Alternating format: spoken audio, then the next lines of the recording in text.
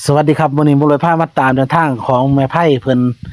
ได้แนวทางดีมาฝากเด้อนะครับทั้งบ้านแก่บ้านที่ไปเผาพี่สาวล่ะครับนี่คนที่เพิ่นเฮ็ดเลขเล่าแม่นๆนะครับได้เลข3ตัวหางเดียวมาให้เพิ่นว่าเลขเพิ่นเข้าดีนะครับ แล้วก็มีเลขบะเขือเลขฟ้าโล่งนะครับพร้อมทั้งเลขคนฝันเกี่ยวกับพี่สาวเราที่เสียชีวิตเป็นเลขตัวใดลองไปติดตามกันด่วนๆสำหรับแม่ไพ่เอามาฝากด่วนๆครับ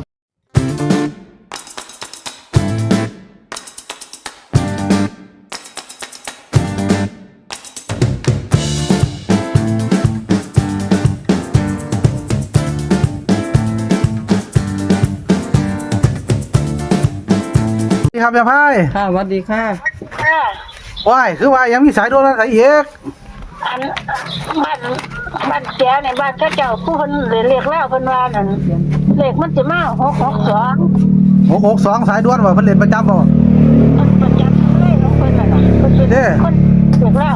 เพิ่นเล่นล่าแม่นบ่ขอเบอร์เพิ่นมานำหน่อยเด้อ ฮะ ขอเบอร์เพิ่นมานำเนี่ยให้ว่าแม่นน่ะ ขออยู่ ขอเบอร์มาไว้นำถ้าโทรถามมันตัวเฮาให้เพิ่นแม่นเนาะเพิ่นว่าเพิ่นได้662ตัวเดียวซั่นนี่บ่ 662อันเลข2ตัวเก่า2662กับ66นั่นไม่เด้อ พอแล้วสิหยังพอหยังบอก แม่ลำไย แม่ลำไยบ่ อ่ะ โอ้แม่ลำไยแม่ไผมาฝากเนาะ จ้า เพิ่นถือเรื่อยบ่จะเข้าเพิ่นว่า ถือเรื่อยก็ว่าหันเพิ่นก็ถือไหม ถือไข่บ่ ฮะ ไข่มันถือบ่ ถือได้เด็กเล่าก็ถือดู ว้ายอยู่เลยไปฮอนเฮียนมาแล้วเดี๋ยวนี้เจ้าจำเฮียนมันได้บ่ เฮ้ยบ่จังเฮียนเพิ่นเลยมันอยู่คุมใดแล้ว ถามเฮียนถามซ่านเลยเด้อ เพิ่นอยู่งานศพไหม นาลาถามเฮียนถามซ่านเลยยังไปหาเพิ่นถามเฮียนถามซ่านไว้เฮียนหลังใดสิพาข่อยไป สวัสดีค่ะ ไปก็ได้บ่เลยก็ไปเลยคนฝันฝาลงไปเลยบ่เกลือได้ไป อันนี้เสือนี่533อยู่ไปถามเฮียนถามซ่านเพิ่นเด้อล่ะ อันฟ้าก็ลง ผู้ใดถามไปเพิ่น นึงอายุเพิ่น ถ้า FC หมอรวยไปหา 74 ไปหาอัน 74เนาะ หาเงินสู้ใช้ว่าสิหมอรวยอย่าหาเงินสู้ใช้ 7475 ยินว่า 74อย่างเขาจะหา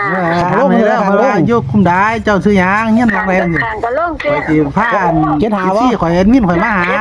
โอ้ขาลง75เนาะ จ้า เพิ่นเป็นช่องตัวเพิ่นหาเงินสู้พี่น้องใช้กันว่าเงินใช้ ที่เด็ดเพิ่นฝันมาบ่ เพิ่นบอกเพิ่นแม่นแล้วแม่นนะ จ้า เอาขอบคุณแม่ไพ่หลายเจ้าสายด่วนมาฝากเนาะ 62 ครับ 62กับ ตัดให้เป็น66กับ62เนาะ92ในตัวกัน 2662นำไม่เด้อกับ66อ่ะ 9กัน692นำ แต่สู้กัน เอาสั่นล่ะขอบคุณหลายๆที่แบ่งปันในทาง จ้าอย่าลืม33ด้วยล่ะ บ่เขือบ่33บ่ จ้า มัก33บ่กันเพิ่นเนาะ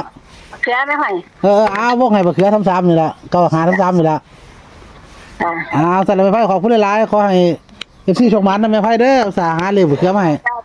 ครับสวัสดีครับ วันนั้นได้ไทยได้ ครับสวัสดีครับ